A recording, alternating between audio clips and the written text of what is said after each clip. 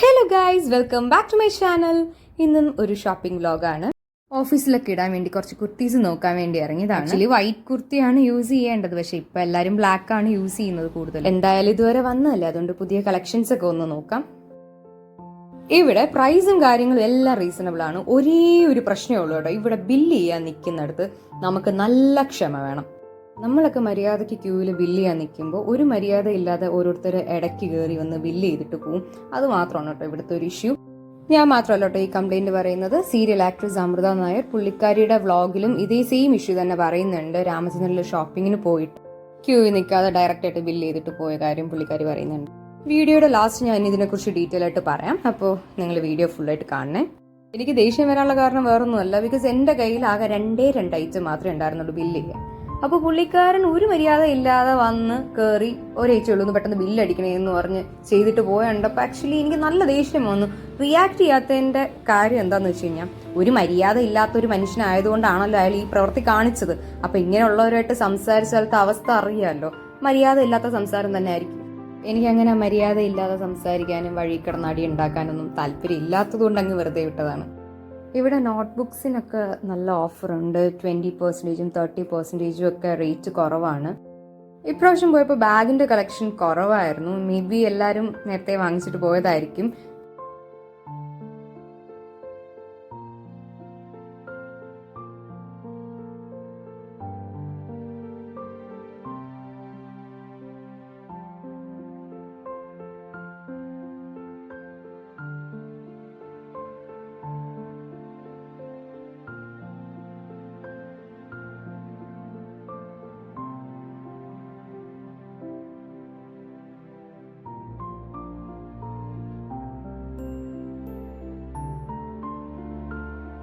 Notebooks ഞാൻ കുറച്ച് കൂടുതൽ എടുത്തിട്ടുണ്ട്, കാരണം അത്യാവശ്യം നല്ല ഓഫർ ഉണ്ടായിരുന്നു.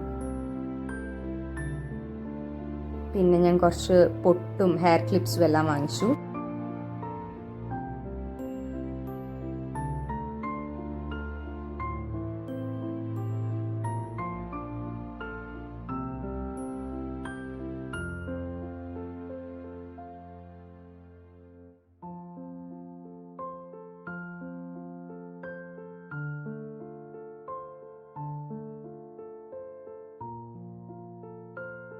വിന്റീസിന്റെ ഒരുപാട് കളക്ഷൻസ് ഉണ്ട് കേട്ടോ ഇവിടെ. 10 rupees, 20 rupees ഒക്കെ ഉള്ളൂ ഇതെല്ലാം.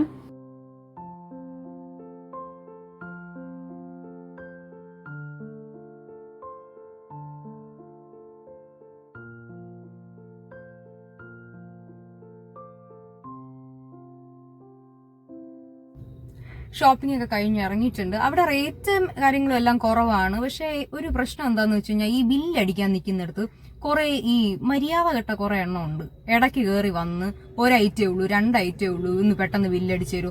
എന്നാൽ ഫ്രണ്ടിൽ നിൽക്കുന്ന ഞങ്ങളുടെ അടുത്തൊന്നും ഇവര് പെർമിഷൻ ചോദിക്കുകയോ ഒന്നും ചെയ്യത്തില്ല. ഈ പ്രായമായവർക്കാണ് ഈ പ്രശ്നം മൊത്തവും. എന്നിട്ട് നമ്മൾ ഈ പിള്ളേർ സെറ്റിനെ കുറ്റവും പറയും. ഒരു മര്യാദ ഇല്ലാത്ത കുറെ എണ്ണം ഉണ്ട് ഇതുപോലെ ഇടയ്ക്ക് കയറി വന്ന് ബില്ല് മേടിച്ചിട്ട് അങ്ങ് പോകും. ഇതിനൊക്കെ റിയാക്ട് ചെയ്ത് കഴിഞ്ഞാൽ എല്ലാവരും പറയും, ഒരാള് പ്രായമായ ആളല്ലേ, പ്രായത്തെ ബഹുമാനിക്കണ്ടേ.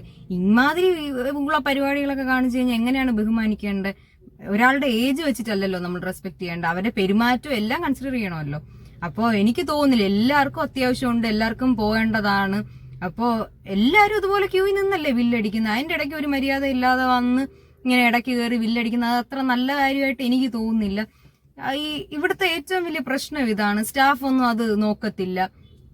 അപ്പോൾ അതിന്റെ ദേഷ്യമാണ് കേട്ടോ എന്റെ മുഖത്ത്. കാരണം എനിക്ക് നല്ല ദേഷ്യം വന്നായിരുന്നു. നമ്മളും ക്യൂവിൽ നിന്ന് ബില്ലടിക്കാൻ വേണ്ടി വരുമ്പോൾ ഓരോന്നും ഇതുപോലെ മര്യാദ ഇല്ലാതെ ഇടയ്ക്ക് കയറി വന്ന് ബില്ലടിച്ചുകൊണ്ട് പോകുന്നതാണ് ദേഷ്യം വരും. അപ്പോൾ ഇത്രയേ ഉള്ളൂ ഇന്നത്തെ vlog. Thank you so much for watching.